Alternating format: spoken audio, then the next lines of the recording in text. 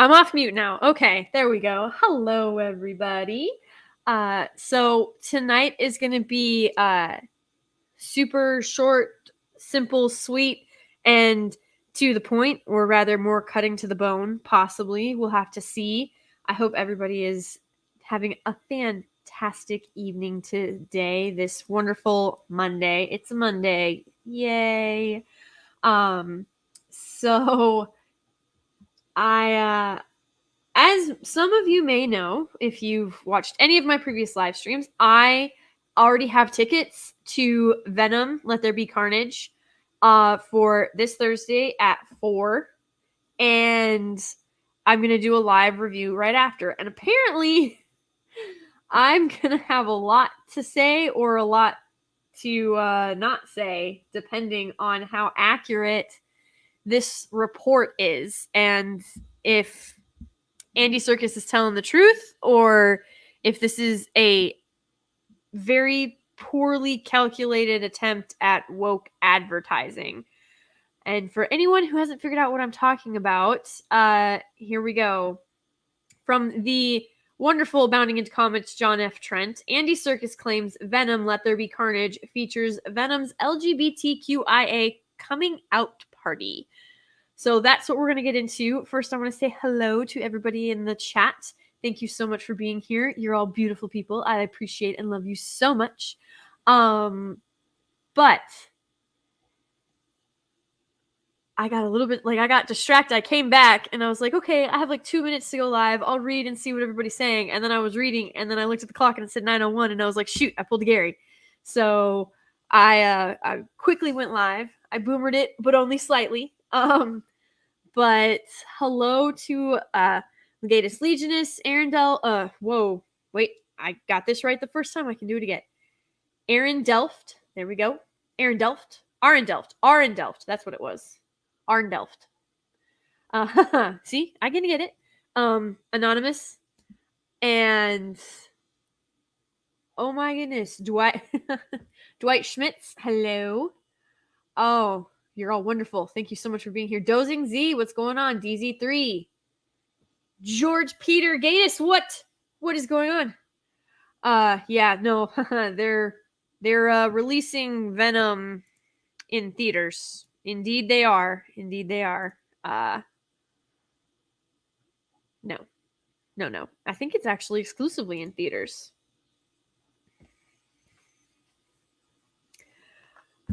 Legionist, hey, I'm here for you guys. Yes, I boomered. It's allowed, okay? But this is so Lisa H, Bela Bean, guys, hello all of you. I'm so happy you're here.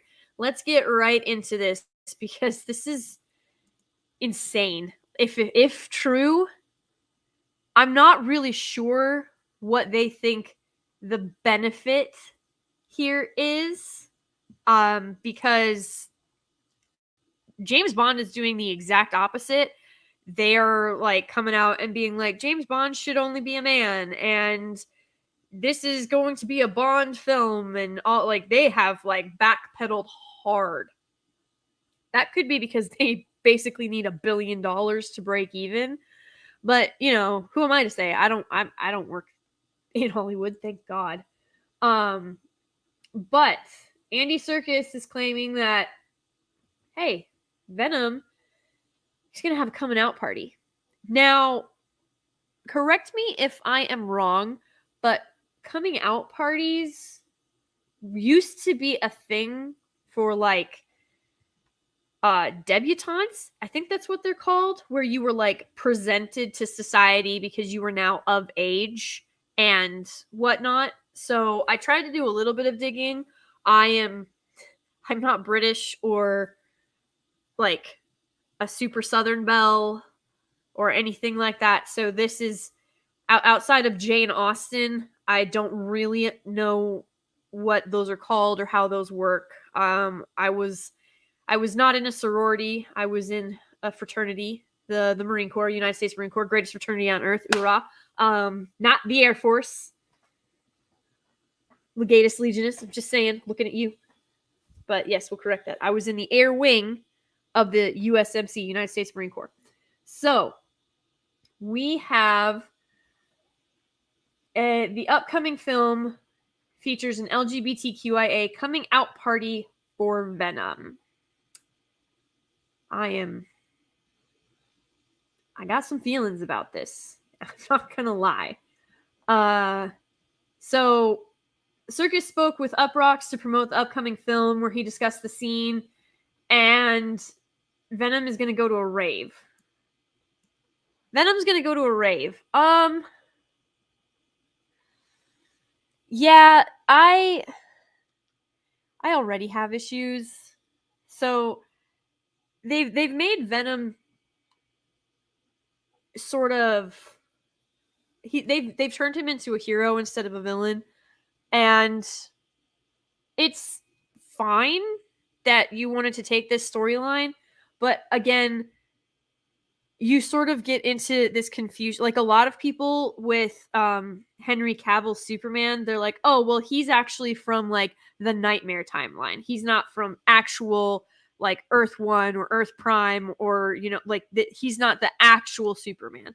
Okay, well then that if that's true, then that is an absolute and complete waste of Henry Cavill's Superman. I'm just saying, because he never really got to be Superman or Kent. Like, you know what I mean? Like, it's just, I don't know. I do enjoy the Venom story. It was a good movie. I'm also like, it's got Tom Hardy in it, so it's hard for me to not be a fan of this. Like, there's very few things Tom Hardy has been in. I've said this before. Very few things that he's been in that I have not seen multiple times. But if this isn't good, I'm gonna let you know. I'm gonna see it at 4 p.m. Central this coming Thursday. So, like, what, basically 2 days. And yeah, if it isn't good, I will tell you if it's not good. And if any of this upcoming stuff that we're about to see in this article is in there, I will definitely let you know. So, Serkis, the director, so that's Serkis, explained that originally it was going to be a Carnival of the Damned, and it ended up being Tom got to know Little Sims, who's a brilliant rapper and stars in the movie, and she actually made a song unbeknownst to her called Venom that connected very much with the first movie. So Tom got in touch with her, and that song sort of became the focus. Okay. Here is the thing. Music videos exist for songs, okay? That's what a music video is for. 6 minutes at most. I think the longest music video I've ever seen, actual music video, not like behind the scenes clips with commentary and everything like that. Longest music video I've ever seen is 8.5 minutes, okay? So, and we're talking current day music. I don't mean, obviously, classical pieces or concertos that have 12 movements in them and are 40 minutes on their own. That is not what I'm talking about. What I am talking about is what it sounds like is Little Sims wrote a song. It's a rap song, and they're now making a movie around, or at least a portion of the movie around that rap song. And again, music videos exist for a reason. You could have done this in a music video. It could have not been canon, and you could have still done this. Like, it could have been something exclusively for the people that you're trying to pander to. And that would have actually probably been a way better barometer. If they had done a music video with this song and done the focus like this, the way that the way that they're trying to pander to, if they had done that and it got, like 60 million views or something like that, well, then that would have been a good gauge. It would have been a good barometer, and they could have come back and been like, hey, we have actual hard data supporting this. And it would have been something they could have gone back to, at least for justification of why they did what they did. But that isn't what they're doing. And when we get a little bit further in this article, you'll notice that Serkis chooses his words very carefully. I did pick this up. Like, Tom, I love his acting. From what I've seen him promote of this, it's just been stills. I've not really heard any sound bites or anything from him.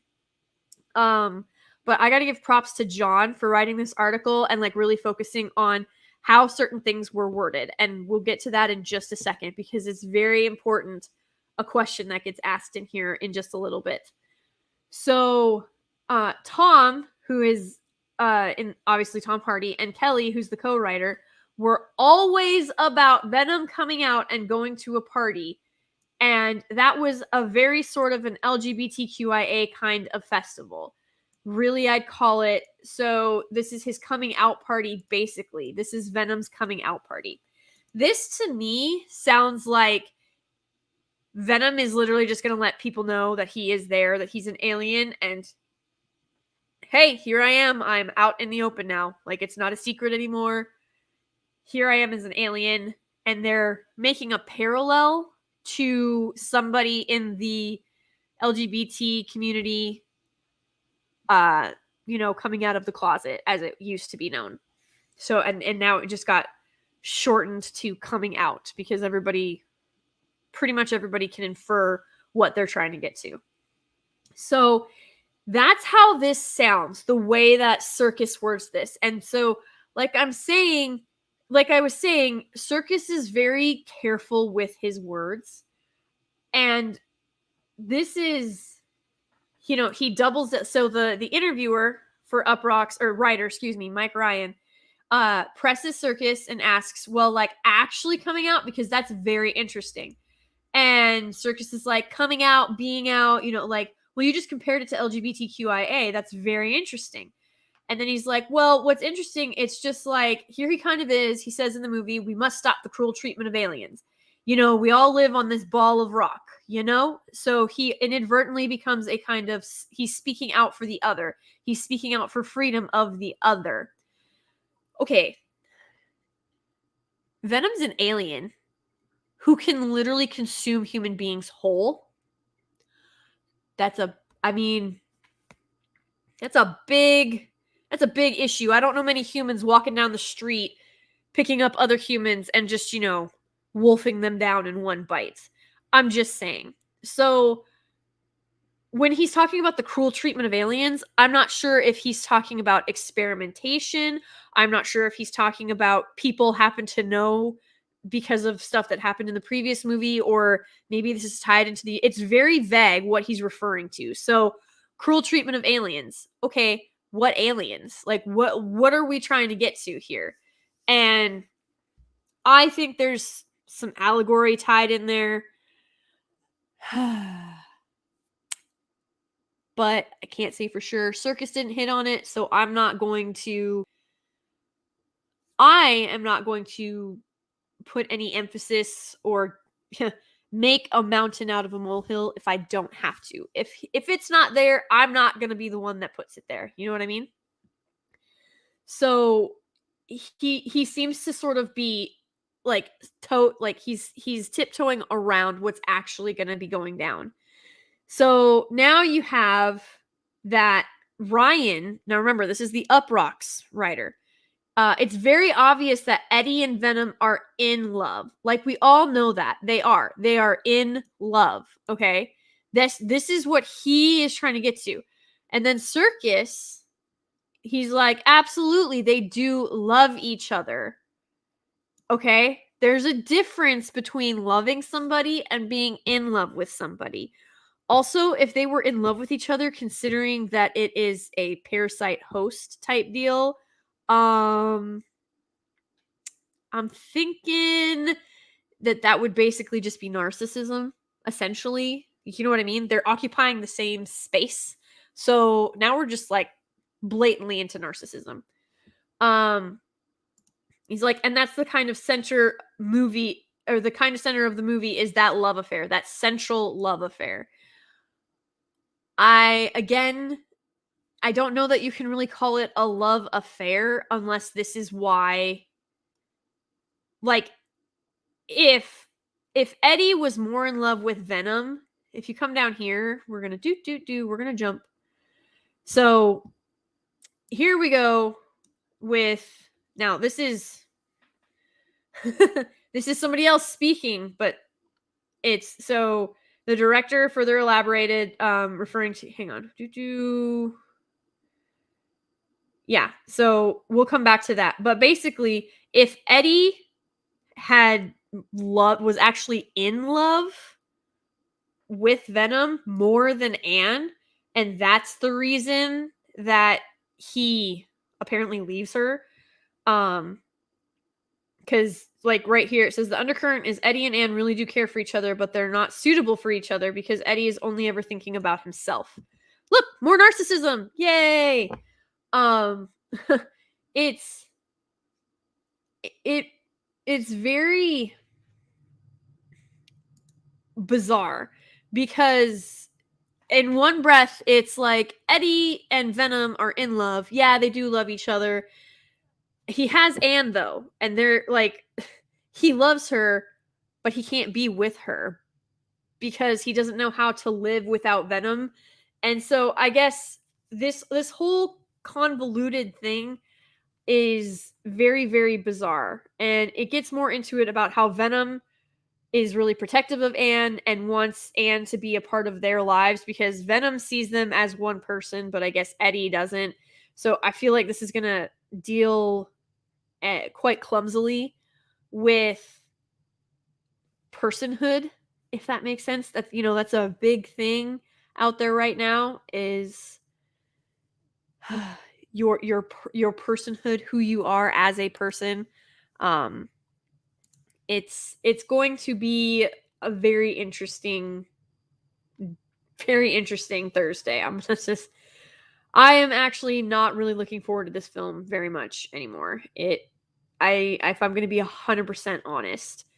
And so you've got the production notes, and it says the film is a love story, but not the love story you might think, as previously claimed by Sony Pictures Circus. So he even says here, it's a very much an extraordinary relationship between symbiote and host. Like, I'm just saying, again, Venom is technically a parasite. Like, he can survive without a host, but not for very long. And very, like, almost everybody else that he has tried to, like, latch onto or whatever, he got rejected. You know what I mean? Like, it didn't work. So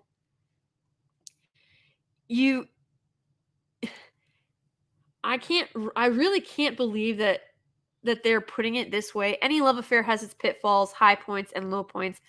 Venom and Eddie's relationship absolutely causes problems and stress, and they have a near hatred for each other, but they have to be with each other. They can't live without each other. That's companionship, love, the things that relationships are really about. Okay. I have been married for 10 years, and I'm just going to go ahead and say never once, and I do mean never once, have my husband and I have near hatred for one another. Like, ever. Have we had disagreements and arguments? Of course, like, we're human. Everybody has their own opinions and their own experiences, and relationships evolve in different ways for different people. But this sounds like an abusive relationship, and it sounds like, honestly, like they're addicted. Not that they have warm feelings or mutual feelings of respect and even hatred for each other, and maybe they do hate each other, but they can't, like, if you can't quit each other, then you're an addict. Like, that is what that is. Love is something else entirely. Love is where you can live without the other person. You simply do not want to. That is the difference. Relationships are not about not being able to live without each other, even though you have a near hatred. None of this makes sense. It's extremely hollow and has nothing to do with Venom and Eddie's relationship, because if you remember from the first Venom, all the way to that, like, they're bringing in this question of identity that should not and does not need to be there, because at the end of the first Venom, remember, they say, "We are Venom." You know what I mean? And so this contradicts the first film and its resolution almost entirely. And in the same breath, it says that they're in love with each other, but they have a near hatred for each other, but they can't live without each other. And then companionship. Yes, companionship is part of a relationship, and love is part of a relationship, but you don't have those things with people you're addicted to. And because usually when you're addicted to people, it's for the complete wrong reasons. And Parasite and Host, I mean, it is. No, it's usually not going to be a good thing. So Dwight Schmitz are, oh, okay. Well, thank you so much for coming by. I think, one second before you go, I saw, yes, there it is. So Dwight Schmitz for $10 donation. Thank you so, so much. Says, need to do live stream with just some guy when you discuss Lord of the Rings. Absolutely. I would love to do a live stream with just some guy. Oh, we could probably talk for 6 hours on just like the first 4 pages of The Hobbit, if we're going to be completely honest. But thank you for that $10, Dwight Schmitz. I really appreciate you stopping by. I know that it's a little bit late for everybody. It was just between Gary being live and others and me not planning on going live at all. It was just a whole bunch of chaos. So I do appreciate everybody that's able to be here right now. I truly, truly do. Outside of that, I really hope you have a great night. And I will definitely talk to you later, Dwight Schmitz. Thank you so, so much. Okay, so if we can, so we'll get back to this really quick. Yeah, so it's very, this is very helter skelter. This is this to me seems like when you try to build that contraption to stop the egg from breaking. You know what I'm talking about?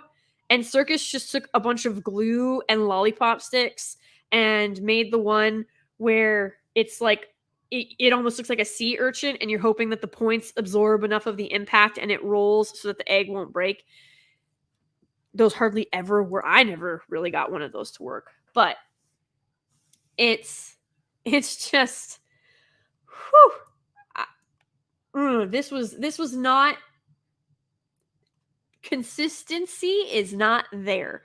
And that's one of my biggest pet peeves. Like, just be consistent with the story. You've now undermined pretty much all of Venom 1 and the character development of both Eddie and Venom. And they're, I mean, I know it, like, they ate the guy after that, but like literally we're just like, we are Venom. Like, that's a huge moment. It can't be understated. It can't be overstated how understated and brilliant that line is, because it takes everything that he was going through for that entire movie and puts it all into one line. Like, for real.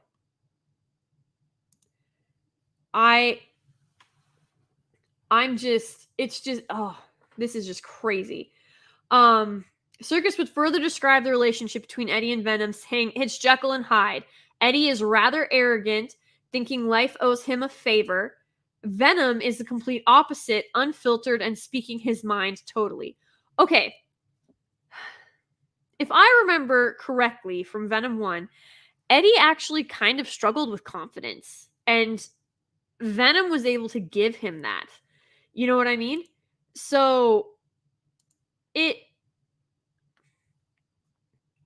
just strange to me that now all of a sudden it's a Jekyll and Hyde thing. But then the way they describe it, Eddie is rather arrogant, thinking life owes him a favor. Venom is the complete opposite, unfiltered and speaking his mind totally. So is Venom supposed to be Dr. Jekyll and Eddie is Hyde? Like, that's how the following sentences sort of make it come across. You know what I mean? It's almost like they're trying to paint Eddie as the bad guy, which is very dumb. Like, it's so dumb. Andy Serkis was perhaps one of the best antagonists of any story that to ever exist. And when so understand, antagonist does not necessarily mean evil. Obviously, Gollum was evil. Smeagol was evil at heart because he murdered his friend for the ring. See, I've segued into Lord of the Rings. Here we go. And Gollum was a villain, and yes, at the end, but it was because of his greed and his lust for the ring that it actually ended up being destroyed. It wasn't because he was doing something more noble or had like this epiphany of clarity and genuine goodness within him. He wanted the ring back. And yes, when you read the books, you sort of get the sense that he has this conflict going inside with him, but even at the end, it really did come down to his lust for the ring. So Andy Serkis has played one of the greatest antagonists to ever exist in any story.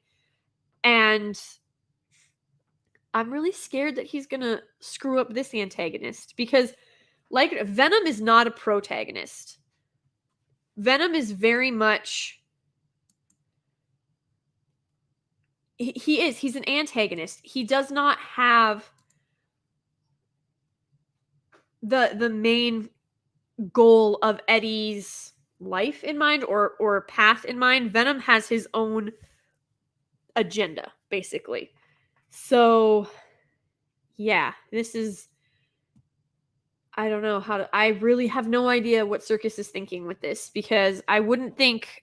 I mean, I guess someone might be able to fall in love with a parasite. I suppose we could ask Drunk 3PO. Didn't he have a hookworm or something? So I suppose we could always go and ask him and be like, hey, did you ever fall in love with your parasite? It's just crazy. Yeah, guys, just ignore Robotnik. I apologize for him spamming. I'm keeping an eye on it so that hopefully he leaves y'all alone. I'm just focusing on you guys. I guess he really likes me. So and enjoys the Sonic movie maybe a little bit too much. But so Serkis continues. They're trapped together. After meeting in the first movie, they've now got the 7-year itch. They've had enough of each other and can't wait to be apart. This is not something that I think should be encouraged at all.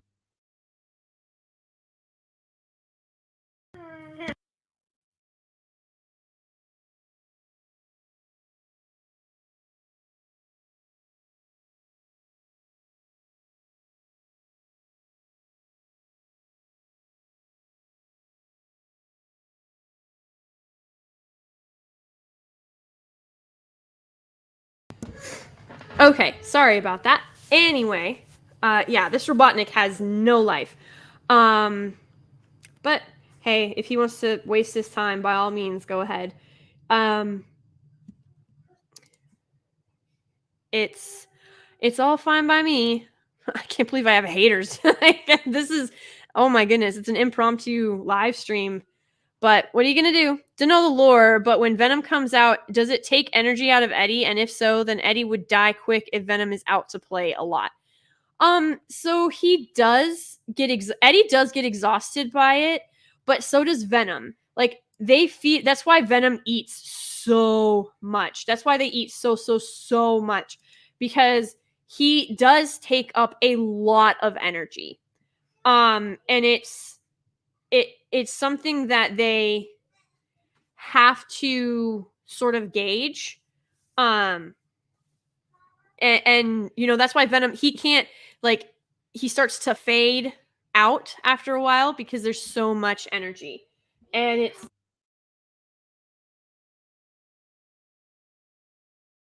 Sorry, 1 second. I'm going to try and take care of this again.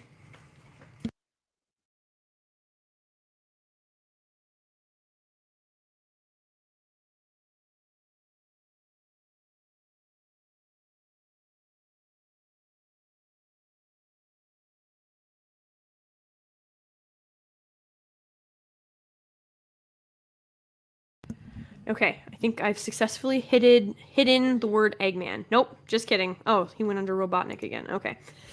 That's all right. I'll just play whack-a-mole. It's all good. So, he continued, they're trapped together. After meeting the first movie, they now got the 7-year itch. They've had enough of each other and can't wait to be apart. So, I'm not really sure. Like I said, this is not something that should be encouraged. You know, a lot of people say that the 7-year itch is real. And I think it's not so much the 7-year itch as much as it is you sort of accepting what you've chosen for your life and for your life partner. And so it's, I don't know. It's really,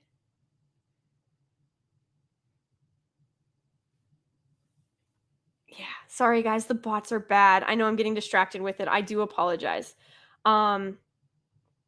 Anyway, so yeah, the 7-year itch is not something that we should be encouraging at all. It does happen where, you know, you have to like stop and think and make sure this is actually what you want to do. But that doesn't happen just at 7 years. That happens at 1 year. That happens at 5 years. That happens at 10 years where you're like, "Oh my god, what are we doing with our lives? Where are we going? What's happening?" So that's stuff you have to figure out together. It's just, I don't know. It's crazy to me that they're pushing that narrative, especially when down here they tell you that it's been 2 years. So for 2 years these two have been living a frat party kind of life. And yeah, it doesn't, Venom's not a fan of, you know, Eddie's living style, living arrangements. And that's something that's common. You know, 2 years, that's pretty, so to call it a 7-year itch is not fair. 2 years, I could definitely see being like, "Oh my god, my roommate is a slob. Um, how can I live like this?" You know? But yes, guys, I'm sorry. I meant to hide him on the channel, and I accidentally hit the mod deal. So it's all good. I'm, you know, if someone hates me that much that they're gonna make 11 different bot accounts to just come and troll little old me, I'm okay with it. Let them scream into the ether. The argument in the apartment is one of the first things we shot. Okay. For 2 years, these two have been living a frat party kind of life. So, one of the first things we shot. Again, to have this relationship now centered around a rap song, what I have been led to believe is a rap song, and the apartment fight is one of the first things you shoot. You can't tell me that this is going to be what it should be, if that makes any sense. That no, okay, I'm going to speak for myself. I won't speak for anyone here, but you can drop a 1 in the chat if you agree with me. I do not want to see banter is one thing. Relationship squabbles over, you know, leaving the milk out or leaving the seat up or which way the toilet paper roll goes, not something that I really want to see in my Venom film. So, if you feel that same way, you can definitely drop a 1 in the chat, because I don't know about you, that's not a conversation that I really care for Venom and Eddie to see. I don't care to see that conversation. It's not something that I need. Their banter in the first one was good enough when Eddie's trying to like figure out how to live with Venom and how it's going to be, like, what's it going to be like, you know, to carry this thing around. That's something completely different than arguing over like sprinkles on your pancakes, or if you brought the orange juice home. It's, I mean, exactly. Legion, it's not an odd couple show. They are an odd couple, but the focus is more on how they help each other to survive and how they learn about each other and the banter between the two of them. It's not about whether or not they're gonna have arguments for the rest of their lives.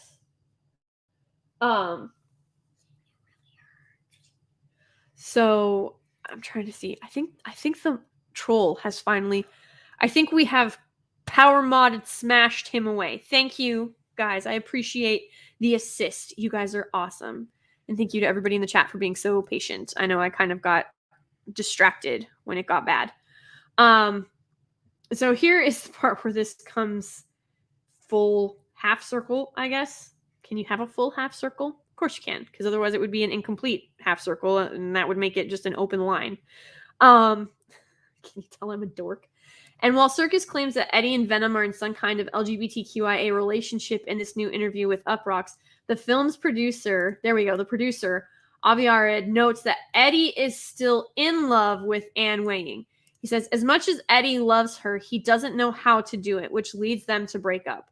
So for this, it makes me feel like he isn't sure how to be Venom and keep Anne safe and out of harm's way and love her. Like, that's what it seems to me. It's not that he loves Venom more. It's that he doesn't know how to be Venom and also be with Anne. Art states that on the other hand, Venom is far more romantic. That's not... Okay, he will do anything to have Anne in their lives because as far as he's concerned, Eddie and Venom are one. Again, that ending line in Venom 1, we are Venom. Venom is totally infatuated with her and wants her to be a part of their little family. He's very protective. He's an interesting juxtaposition of human and alien. The alien shows better understanding of what his partner needs, which is quite unique. This isn't actually entirely unique. If any of you have close siblings or close friends or family members, they are on the outside of you. They're very close to you, but like they're the outside looking in and they're saying, hey, so-and-so is actually really good for you. Or so-and-so is really bad for you. Or the two of you don't jive. You know what I mean? So it's not actually unique that someone else outside of the relationship can actually see what's going on. I don't know how many of you have heard like, oh, you just don't know how he or she really is. Like, you don't know them the way I do. If you ever find yourself using that line of justification, I beg you, please do some self-reflection. That's all I ask. I'm not saying you got to do anything drastic. Maybe just have a little bit of self-reflection time, though. But again, it's actually not that unique for a third party to have a better understanding of the situation because the people involved in the actual relationship might be too awkward or too afraid of ruining anything to actually be honest with each other, if that makes sense. Following up on the production notes, Serkis would also state Venom holds a mirror up to Eddie, showing him who he really is: selfish, arrogant, egotistical, incapable of loving anybody but himself. Narcissism seems to be the solid theme in this film, according to this interview and what Serkis especially has been saying. Venom's always been confident and cocky, but not to the extreme of narcissism like this, where it's just all about that. It's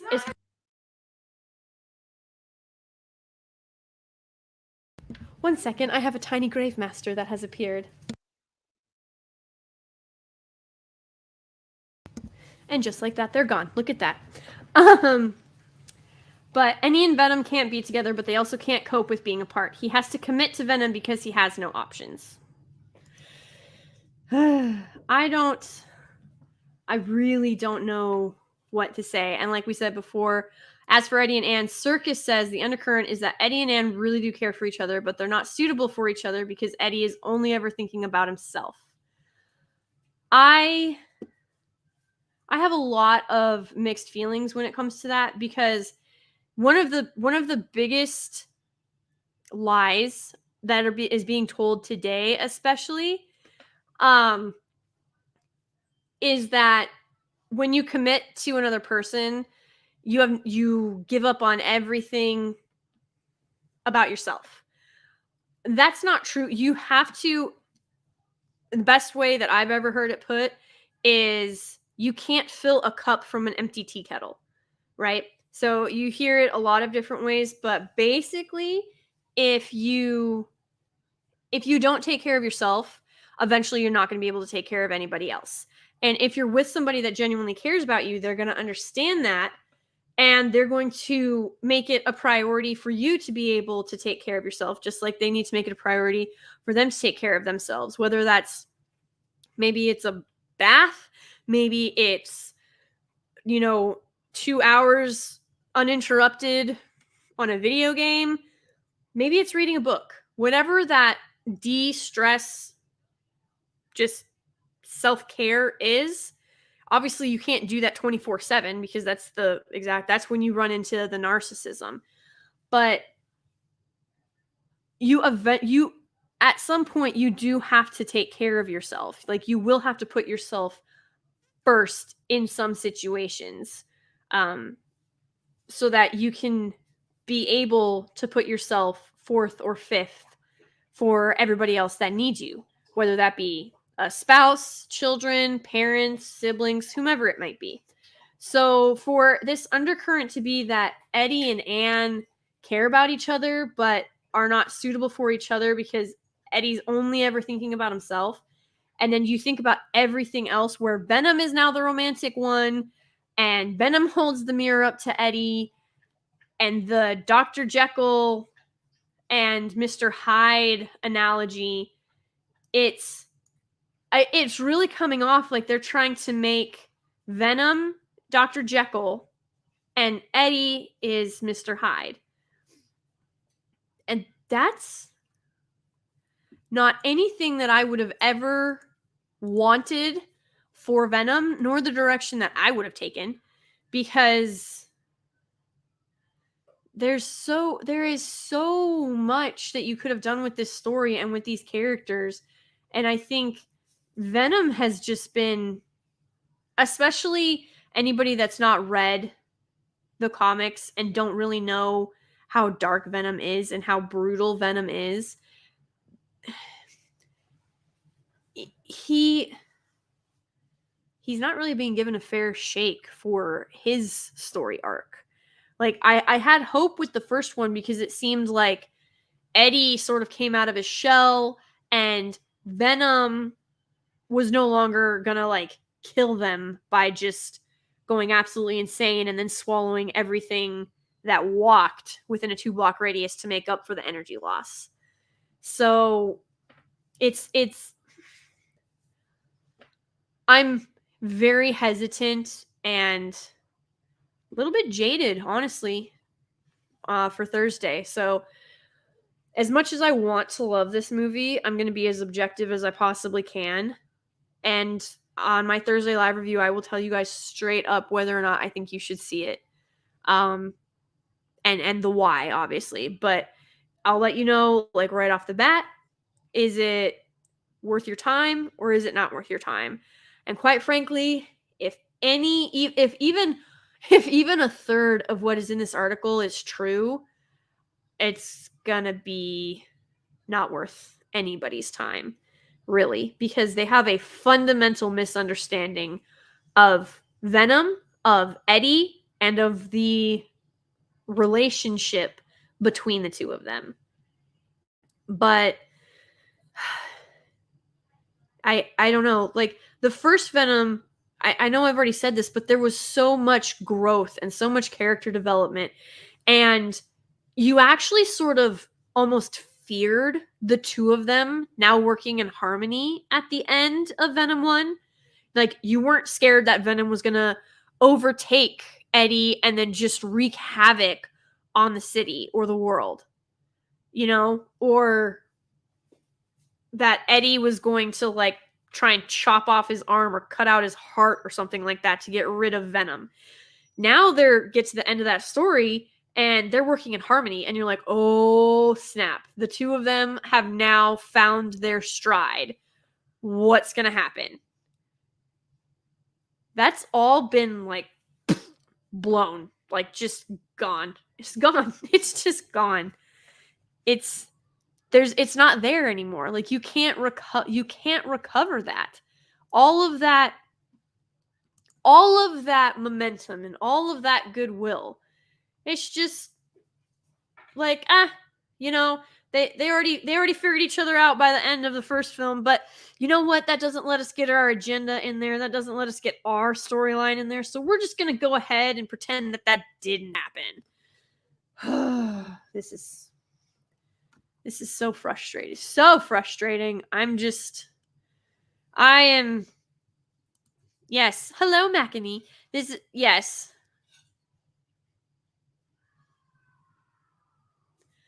Makini, I am really, like, I'm worried too. I don't know, Makini. I hope that this is just a very terrible attempt to pander and none of this is actually in the film. Because, like I said, if even a third of it is, there's, like, really no point.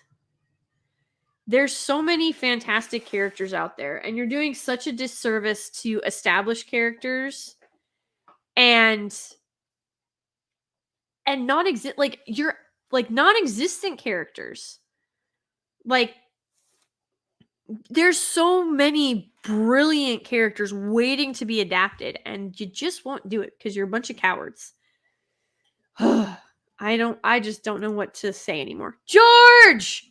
And to release this right before the opening is them cramming that in betting that it will be a successful weekend and then claim that it was because of the alphabet soup agenda.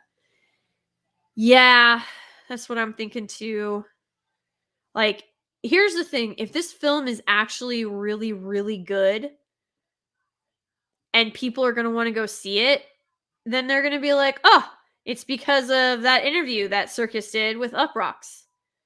And if it's bombs, if it's not good, they're going to be like, oh, it's because Serkis came out in that interview and told the truth. And so either way, there's like nothing that you can do one way or the other.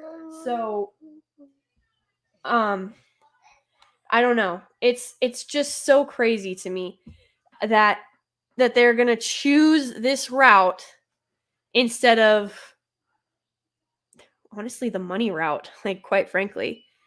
But I think I have kept you all here long enough. It's been just under an hour, and this was a super impromptu and late stream. And I really appreciate every single one of you stopping by. I really, really, really, really do. I love you all. You are all incredible. You are all amazing. Thank you so much. I will be live this Thursday. I am still going to go see this. I already have the tickets. So, I don't think there's a good enough reason for me not to go. And yep, that's my I'm glad it warms your heart. Yep, somebody has crawled out of their bed and has decided to join us. So I'm glad it warms the heart, 10 ton. I'm very glad. But again, you guys are all just absolutely incredible. I'll let you know my honest thoughts, and if there's any, like, what I'll probably do when I go live is I won't do any spoilers for the first probably like 20 minutes, 30 minutes, and then after that I'll probably drop some spoilers. But once that's done, Thursday I'm thinking it'll probably be probably about 7 p.m. Central Time, I think, because I'm going to the 4 p.m. showing. So we'll have to see what all pans out. But I'm thinking it'll be 7 p.m. Thursday. I hope I can see you all there. Thank you all so much for coming tonight. I might actually go live one more time this week before Thursday, but we will have to wait and see. And you're all incredible. Stay fantastic and fabulous, every single one of you. I love you all. Much love. Have a great night, and I will talk to you all later. Bye.